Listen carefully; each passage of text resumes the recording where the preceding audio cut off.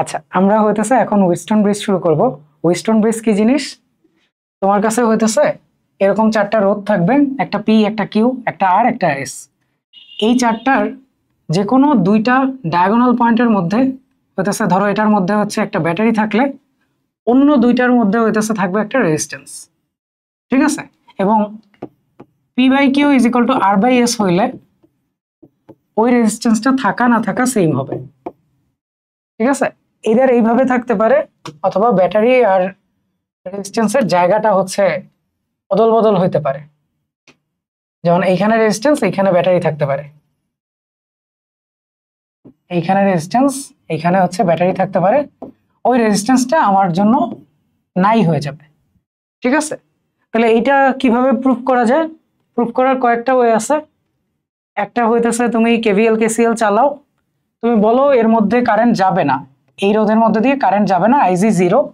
IG zero করে দেখবা যে I one by I two একটা কনস্ট্যান্ট ভ্যালু দিবে, এই ক্ষেত্রে পি বাই আর দিবে হয়তো, আর সরি আর বাই পি দিবে হয়তো, আর আরেকটা ধরো অন্যটা দিবে এস বাই কিউ দিবে, ঠিক আছে?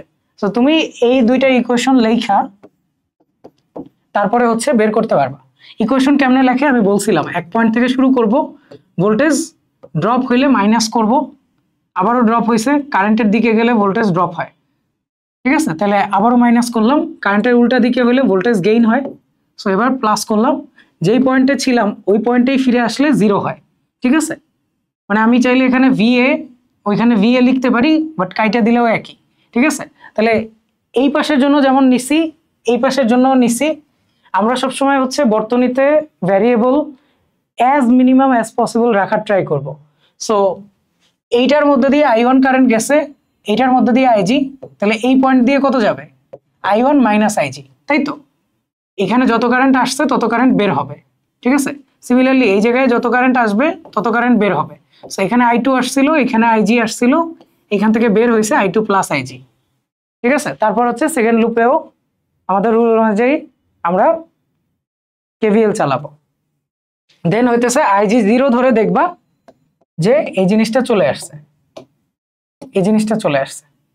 আচ্ছা, আমরা এটা দেখতে চাই না, আমরা হইতেছে আরেকটু সিম্পলিফাইড কিছু শিখতে চাই, সিম্পলিফাইড কিছু, আরেকটু ইনটিউটিভ কিছু। তাহলে আরেকটু ইনটিউটিভ কি হইতে পারে?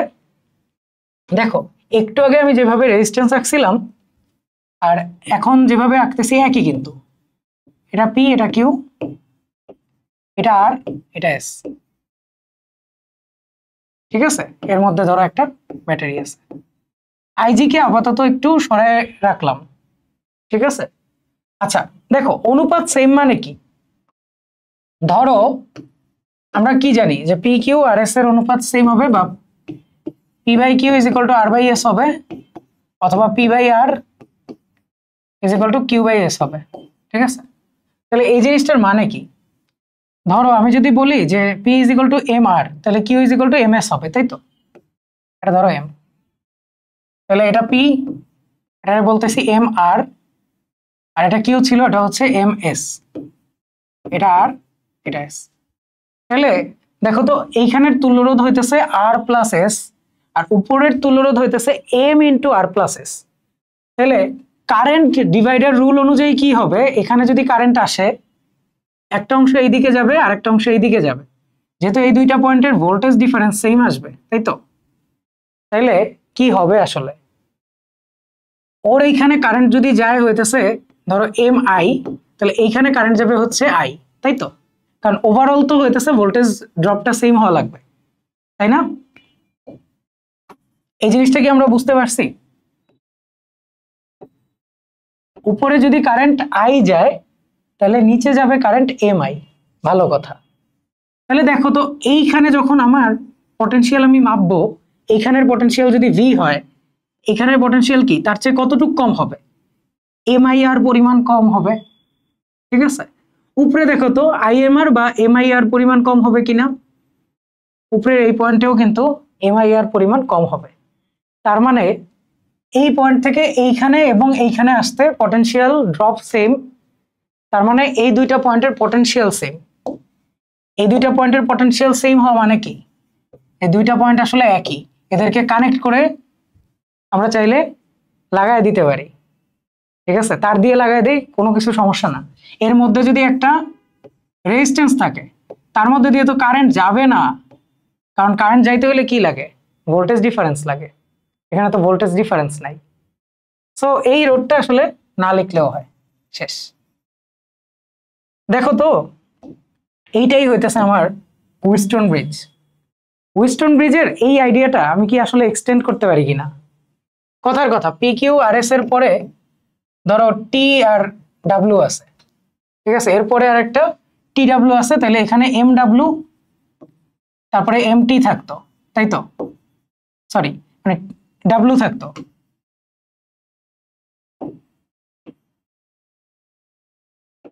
এইখানে এখানে দেওয়া আর এই মাথায় দেওয়া একই কথা, কারণ পয়েন্ট তো সেম। আচ্ছা, তাহলে এখানে যদি ডাব্লিউ থাকতো তাইলে কি হইতো? কারেন্ট সেম উপরে আই যাইতো, নিচে হইতেছে এম আই যাইতো। আবারও কি সবকিছু কি একই থাকতো না? দেখো, এইখানে ভোল্টেজ ড্রপ যত হয়েছে, এইখানেও আইএমএস পরিমাণ ভোল্টেজ ড্রপ হবে, এইখানেও আইএমএস পরিমাণ ভোল্টেজ ড্রপ হবে। তার মানে এই দুইটা পয়েন্টের ভোল্টেজ সেম। এর মধ্যে যদি কোনো, ধরো এই দুইটার মধ্যে একটা জি আর একটা জি1 এরকম রোধ আছে, এগুলার মধ্যে দিয়ে কোনো কারেন্ট যাইতো? যাইতো না, ঠিক আছে, যাইতো না, কারণ ভোল্টেজটা সেম ওই দুইটা পয়েন্টের। তো ধরো এটা বি পয়েন্ট, এটাও বি পয়েন্ট হইতো, এ পয়েন্ট হইতো। আমরা কি বুঝতে পারতেছি? আমরা চাইলে এই জিনিসটা ইচ্ছা মতো এক্সটেন্ড করতে পারি। আমাদের যে হুইটস্টোন ব্রিজ আছে, এটাকে আমরা ইচ্ছা মতো এক্সটেন্ড করতে পারি, ঠিক আছে। আচ্ছা, এখানে একটা জিনিস দেখো, খুব মজার একটা জিনিস হইতেছে, সেটা হচ্ছে যে এই দুইটা পয়েন্টের ভোল্টেজ সেম হয়ে যাচ্ছে, এই দুইটা পয়েন্টের ভোল্টেজ সেম হয়ে যাচ্ছে। সো এই আইডিয়া থেকেই আসলে আসে ফোল্ডিং সিমেট্রি। ফোল্ডিং সিমেট্রি কি জিনিস? তুমি হইতেছে যখন তোমার দুইটা পয়েন্টের রেসপেক্টে ধরো তোমাকে তুল্যরোধ বের করতে বলছে, এই দুইটা পয়েন্ট, তুমি করবা কি, এইটাকে ফোল্ড করবা, ঠিক আছে। এই বরাবর পুরো সার্কিটটাকে একটা পেজের মতো চিন্তা করো, দুইটা পেজ ফোল্ড করে লাগাই দিতেছ। তাহলে লাগাই দিলে যেটা হবে, এই দুইটা পয়েন্ট তো তাইলে সেম ভোল্টেজ, এই দুইটা পয়েন্ট সেম ভোল্টেজ, তাই না? সিমেট্রিক সার্কিটে এই জিনিসটাই হয়, সবগুলো রেজিস্ট্যান্স একই অনুপাতের থাকে অথবা সব মান সেম থাকে। সো ওই ক্ষেত্রে হচ্ছে এই জন্য ফোল্ড করে, আর ফোল্ডিং বরাবর যেগুলো পারপেন্ডিকুলার ওগুলা চলে যায়, মানে ফোল্ডিং বরাবর যে লাইনটা আছে তার সাথে পারপেন্ডিকুলার যতগুলা রোধ আছে সবাই চলে যায়, ফোল্ডিং সিমেট্রি।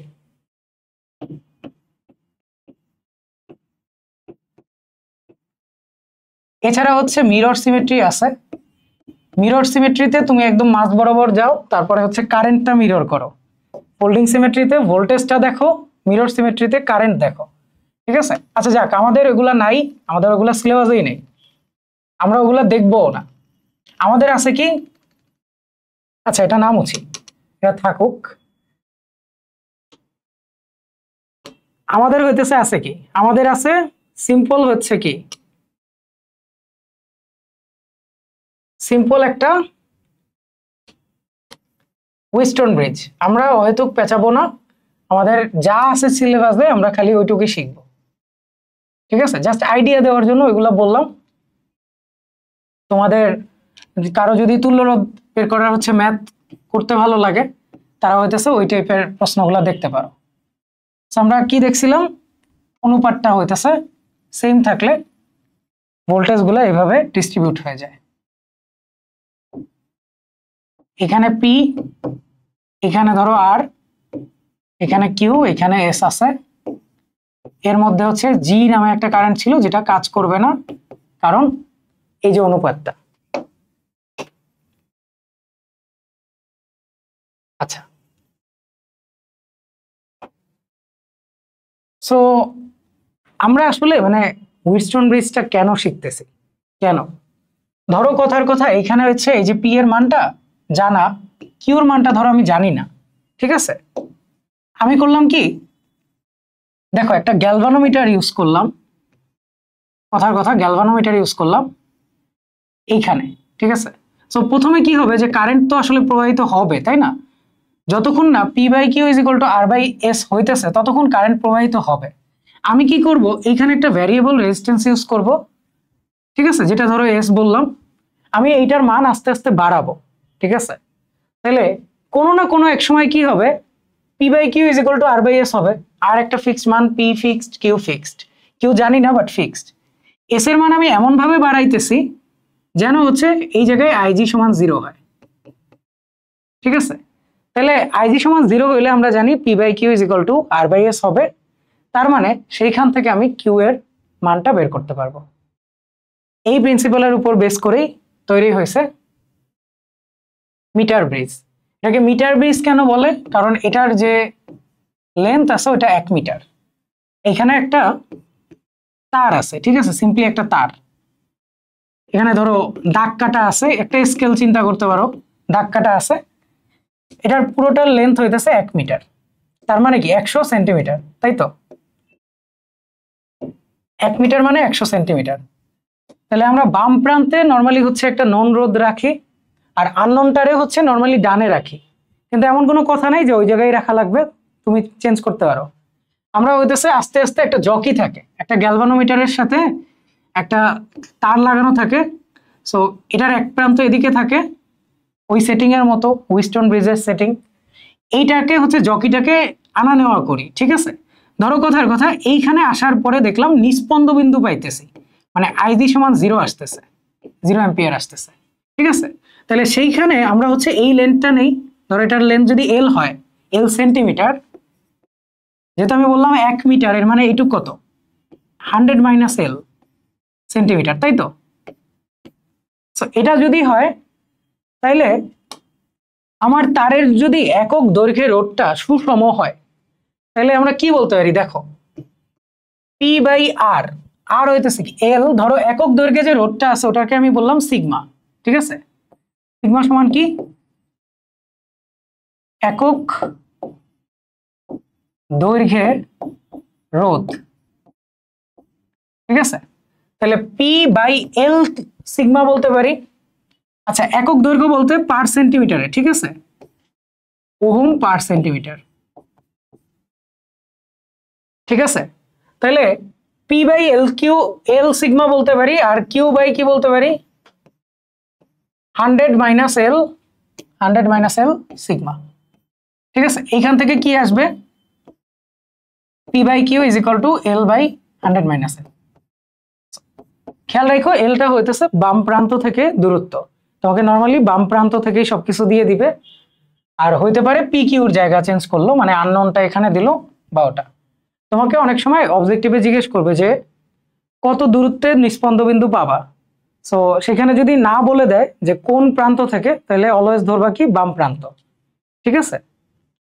আচ্ছা, তাহলে দেখো এই প্রশ্নে আমার সবকিছু অনেক সিম্পল ছিল, কারণ আমার সিগমাটা সবসময় সেম ছিল, ঠিক আছে। এখন কথার কথা, আমি খারাপ মানুষ, ঠিক আছে, আমি অনেক খারাপ, আমি করব কি, এই সিগমাটাও চেঞ্জ করে দিব। কথার কথা, আমি করলাম কি, যে অর্ধেকের সিগমা হচ্ছে সিগমা 1, মানে 50 সেন্টিমিটারের জন্য তোমার হইতেছে একক দৈর্ঘ্যে যে রোধ সেটা হচ্ছে সিগমা 1, আর বাকি 50-এর জন্য হচ্ছে সিগমা 2, ঠিক আছে।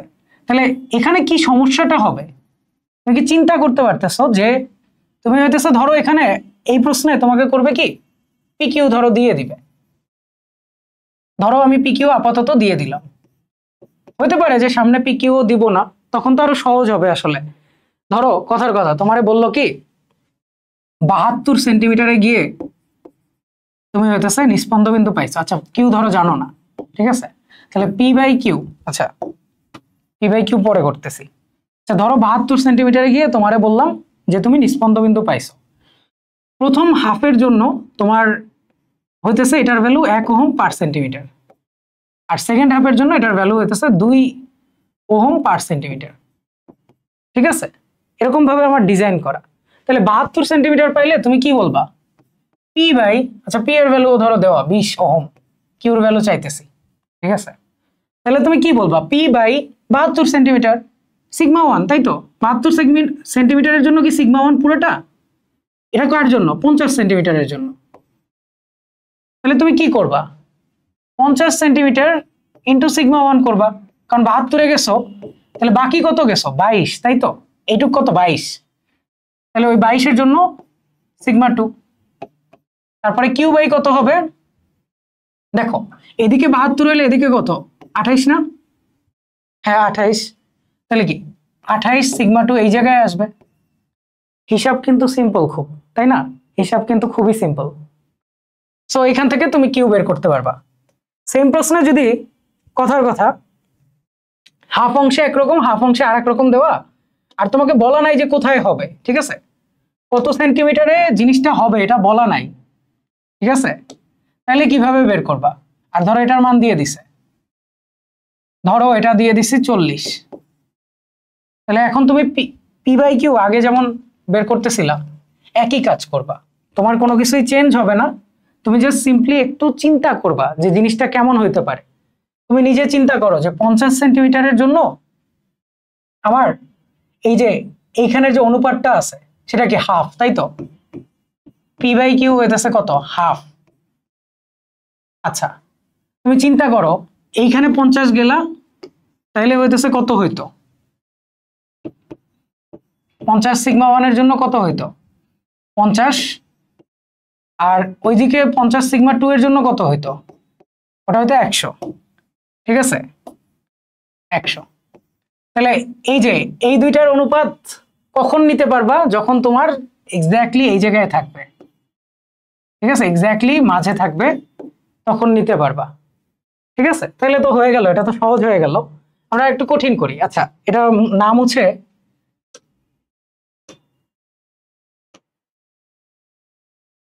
ঠিক আছে, দাঁড়াও, আচ্ছা নাম হচ্ছে, ধরো আমরা আরেকটু কঠিন চিন্তা করি যে এটা ধরো হচ্ছে 60, ঠিক আছে, এটা হইতেছে 60, সো এটা কত আসতো 1/3, তাই তো। আচ্ছা তাহলে চিন্তা করো 1/3 কখন পাবা, তুমি যদি একদম মিডে যাও তাহলে তো পাইতেছ হাফ, তাহলে কি 1/3 পাওয়ার জন্য কমের দিকে আসা লাগবে না, মানে এল ধরো এইটুক হইলো, এইটুক হবে হচ্ছে 50 মাইনাস এল, আর ওইটুকের তো পুরোটাই ইউজ করছো, মানে পুরো 50 সেন্টিমিটারই ইউজ করছো, তাহলে ওই অনুযায়ী ইকুয়েশন লিখতে পারবা না, P by Q is equal to L sigma 1 50 minus L sigma 1 plus 50 sigma 2, ঠিক আছে। সো এই অনুপাতটা দেখে তারপর ডিসাইড করবা যে তোমার L1/L2 বা L1 সিগমা 1 L2 সিগমা 2 তার অনুপাতটা কেমন আসে এটা দেখবা, সেখান থেকে ইনফার করবা যে কত কোন দিকে যাওয়া লাগবে। রোধটা যদি কমানো লাগে তাহলে কি আরো এই দিকে, রোধের ভ্যালু বা অনুপাতটা যদি বাড়ানো লাগে বাড়ানো হইলে কি হবে এইদিকে আসা লাগবে, ঠিক আছে। এইভাবে চিন্তা করবা। এমনও হইতে পারে শয়তানি করে করব কি, প্রশ্নে বলে দিব যে 3টা অংশ আছে, 3টা অংশে আলাদা আলাদা তোমার ওই যে সিগমা 1 একটা, সিগমা 2 একটা, সিগমা 3 একটা, ঠিক আছে, সিগমা 1 সিগমা 2 এবং ভ্যারিয়েবল লেন্থের অংশ দিয়ে দিব। তাহলে সেই ক্ষেত্রে কি করবা, কাজ সেম, অনুপাতটা দেখবা, সেই অনুপাতটা পাওয়ার জন্য কেমন ভ্যালু দেওয়া লাগে ওটা চিন্তা করবা। হইতে পারে তুমি দেখলা কি যে এই বরাবর আসলে যে অনুপাতটা লাগে তুমি যদি এটারে ক্রস করো ওই অনুপাতের চেয়ে বড় ভ্যালু পেয়ে গেছো, তার মানে ক্রস করা যাবে না, আর একটু পিছাইতে হবে, ঠিক আছে। আচ্ছা আশা করি এই ধরনের প্রশ্ন যদি কোনো কারণে দিয়ে দেয় তোমরা পারবা। আমরা হচ্ছে যাই পটেনশিওমিটারে যাই, আমাদের লাস্ট টপিক এটা।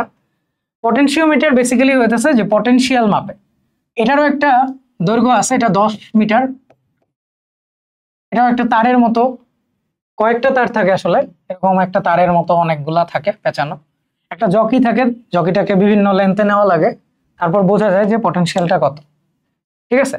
তাহলে আমরা এটা দিয়ে মাপি হইতেছে, দেখো আগের যে মিটার বেস ছিল এটা দিয়ে আমরা কি মাপছি, আননোন একটা রোধ মাপছি, তাই তো। এখন আমার যে পটেনশিওমিটার আছে এটা দিয়ে আমরা মাপি হইতেছে আননোন ভোল্টেজ, ঠিক আছে। পটেনশিওমিটার নাম শুনলে কি মনে হয়, পটেনশিয়াল মাপবে না, পটেনশিওমিটার যেহেতু। তাহলে ধরো তোমার কাছে একটা একটা আছে, ব্যাটারি আছে, ঠিক আছে? ব্যাটারি থাকলে তার একটা কি থাকবে, অভ্যন্তরীণ রোধও থাকবে। আর এইখানে হইতেছে একটা পটেনশিওমিটার আছে, যার ধরো হচ্ছে এটাকে এভাবে চিন্তা করতে পারো যে এই জিনিসটা আরেক জায়গায় হচ্ছে লাগানো আছে, না আমার পটেনশিওমিটার হচ্ছে এইটা, ঠিক আছে? তোমার পটেনশিওমিটার আরেকটা ব্যাটারির মতো চিন্তা করতে পারো। কিরকম চিন্তা করা যায় দেখি। আচ্ছা,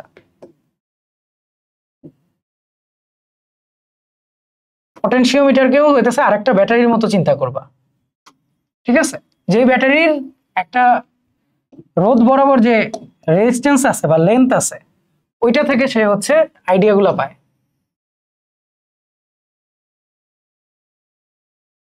আচ্ছা, ঠিক আছে, ধরো এইখানে হইতেছে আমার একটা গ্যালভানোমিটার লাগানো, ঠিক আছে? সো প্রথমে কি হয়, আমরা হচ্ছে একটা পয়েন্টে নিস্পন্দ বিন্দু পাই, এটা খেয়াল রাখতে হবে। আচ্ছা, ধরো এখানে একটা ব্যাটারি আছে, এই ব্যাটারির ভোল্টেজ হইতেছে ধরো হচ্ছে ভি, আর এইখান থেকে এই পর্যন্ত লেন্থকে ধরো হইতেছে L1, ঠিক আছে? এই লেন্থটা ধরো L1। আমার গ্যালভানোমিটারকে আমরা করি কি, এই যে জকিটা আছে, ঠিক আছে, এখানে দেখো, সরি, এখানে যে জকিটা আছে, আমরা গ্যালভানোমিটারকে এরকম সরাই, ঠিক আছে, এই লেন্থ বরাবর সরাই। দেখা গেছে L1 লেন্থে গিয়ে এই গ্যালভানোমিটার জিরো হয়েছে। গ্যালভানোমিটার জিরো হওয়া মানে কি, এখান থেকে কোনো কারেন্টই আর যাইতেছে না, তাই না? এখানে I0 হওয়া মানে কি আসলে, ওইটাই তো, তাই তো? ধরো এইখানে হচ্ছে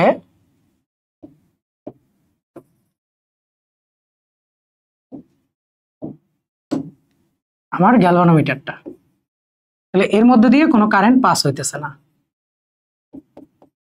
ঠিক আছে? কারেন্টটা তাহলে কোথা দিয়ে যাইতেছে, পুরোটাই এই বর্তনীতে যাইতেছে। অ্যান্ড দেখো, পুরো লেন্থটা ধরো এল, ওই যে বড় এল যেটা 10 মিটার, আমরা বলতেছি যে এইখানেও হইতেছে একক দৈর্ঘ্যে যে রোধটা আছে ওটা সেম। আচ্ছা, জিনিসটা আসলে কি হইতেছে যে ওর রোধ এত হওয়ার কারণে এই ভোল্টেজটা এবং এটার অ্যাক্রসের যে ভোল্টেজটা ই এর সমান হচ্ছে।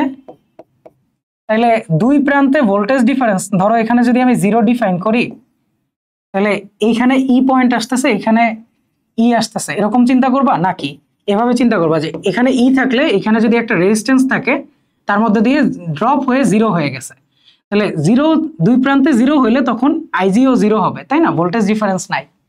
আচ্ছা, তার মানে কি বুঝলা, এই L1 আসলে এই ই এর মানটাকে বুঝাইতেছে, তাই না? সো আমরা হইতেছে বলি যে পুরো লেন্থটা ধরো বড় এল, তাহলে আমরা দেখি যে E by V is equal to L sigma by L sigma, বা L1 sigma by L1 sigma আসবে, এল সিগমা আসবে, ঠিক আছে? পুরোটার লেন্থ হচ্ছে এল, যেটা ওই যে বললাম 10 হয় নরমালি, ঠিক আছে? তোমরা কি বুঝতে পারছো যে জিনিসটা কি হইতেছে? তোমার এইখানে ভোল্টেজ যদি 0 ধরো, ঠিক আছে, আমরা সবসময় কি করি, ভোল্টেজ ডিফারেন্স মাপি, ভোল্টেজ তো মাপি না। এখানে 0 ধরলাম, তাহলে এখান থেকে যদি আইজি না যায়, ঠিক আছে, ধরো এটা এদিকেও আইজি দেখাইতে পারো, যেহেতু এদিক দিয়ে আসবে হয়তো, ঠিক আছে?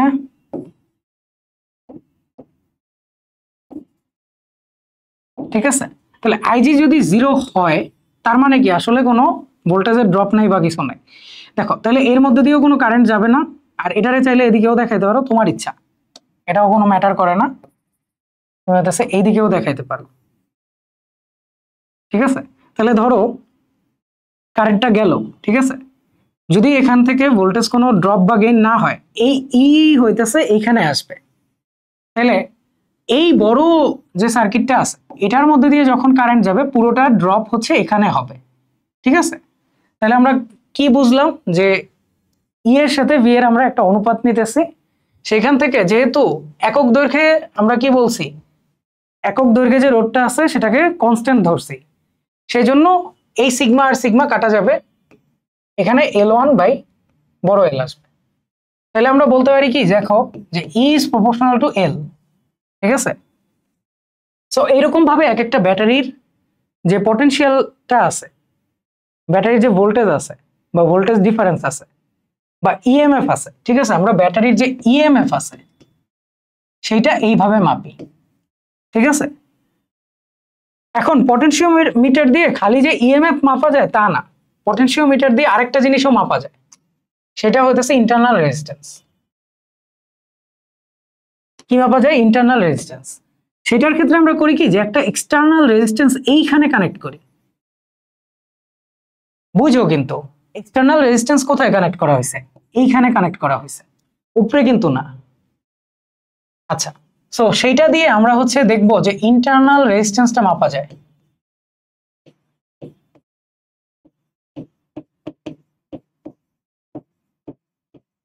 আচ্ছা, আবারও কিন্তু আইজি জিরো হওয়া মানে দেখো এখন যেহেতু একটা এক্সটার্নাল রেজিস্ট্যান্স আছে, এইখানেও কিন্তু একটা সার্কিট হবে, তাই না? এই সার্কিট হইলে হবে কি, দেখো এইখানে ছিল জিরো, এইখানে ছিল এইখানে কারেন্ট পাস করতেছে, ধরো আমরা ধরলাম যে কারেন্ট পাস করতেছে আই, ঠিক আছে, তাহলে এখানে বিয়োগ হয়ে আসতেছে কত, ই মাইনাস আই আর। ঠিক আছে, এটাকে ধরো ছোট আর বললাম, তাহলে এইটাই আসতেছে কোথায়, এখানে ই মাইনাস আই আর, আর যেটা ওইখানে গিয়ে জিরো আসতেছে, যেই কারণে আইজি জিরো আসতেছে। আচ্ছা, তাহলে দেখি কি করা যায়। এখানে ভোল্টেজ কত, ই মাইনাস আই আর। আচ্ছা, তাহলে একটু আগে আমরা কি বলছি, লেন্থের প্রপোর্শনাল হবে। প্রথমবার আমরা লেন্থ পাইছিলাম E by V is equal to L one by বড় এল। এখন আমরা কি পাবো, E minus I R by V is equal to, এখন নিস্পন্দ বিন্দু অবভিয়াসলি অন্য এক জায়গায় হবে, তাই না? এইখানে তো আর হবে না, একটু হইলেও সামনে পিছনে যাবে। তাহলে সামনে পিছনে কোথায় যাইতে পারে, সামনে যাবে না পিছনে যাবে? দেখো ভোল্টেজ কমছে, তাই না, ইএমএফ থেকে মাইনাস হইতেছে, তার মানে কি লেন্থ কমবে না? লেন্থ কি হওয়া উচিত, কমা উচিত, তাই তো? একটা সেইন মানুষ কি বলবে, যে ভাই লেন্থ কমা উচিত।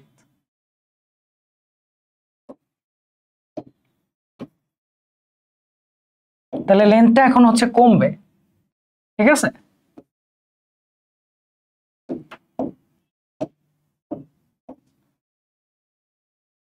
লেন্থটা এখন আসবে এইখানে, ঠিক আছে, এই জায়গায় হচ্ছে এল টু হবে, এইটা হবে জিরো, এইখানে আসবে হচ্ছে জিরো, ঠিক আছে, কারণ আইজি জিরো।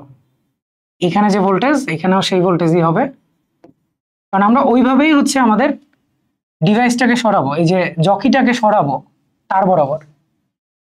আচ্ছা, তাহলে আমরা দেখতেছি এল টু বাই এল আসতেছে, এখানে তুমি চাইলে একটা ভাগ দিয়ে দিতে পারো, ভাগ দিলেই দেখবা E by E minus I R is equal to আসতেছে L one by L two, এটা আসতেছে। আচ্ছা, এখন একটা জিনিস চাইলে চিন্তা করতে পারো যে E by E minus I R, E minus I R কে কি বলা যায় আসলে?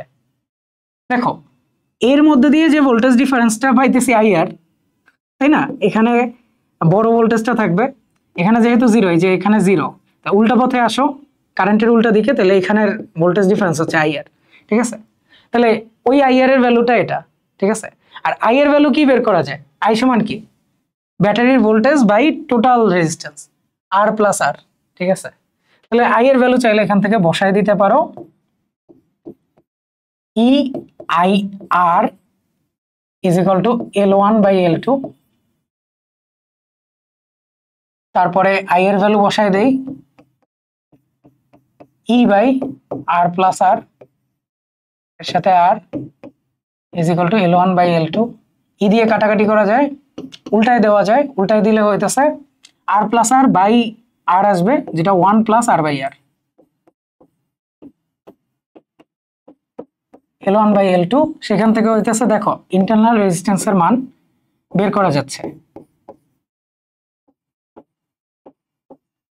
আচ্ছা, নেক্সটে হইতেছে তোমাকে এই ভ্যালুটা বা এই ফর্মুলাটা মনে রাখা লাগবে, বাট তোমার মোটামুটি একটা আইডিয়া থাকা উচিত যে জিনিসটা কিভাবে আসতেছে, কারণ নাইলে অনেক সময় প্রশ্ন পড়ে বুঝবা না যে কোনটা এল ওয়ান কোনটা এল টু। এল ওয়ান কোনটা ছিল, যখন বহিস্থ কোনো রোধ অ্যাড করো নাই,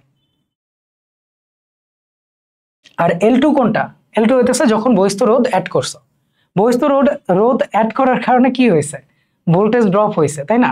এখান থেকে কারেন্ট গেছে, ভোল্টেজ ড্রপ হয়েছে, তাই এল টুর ভ্যালুটা ছোট আসবে, তাই না?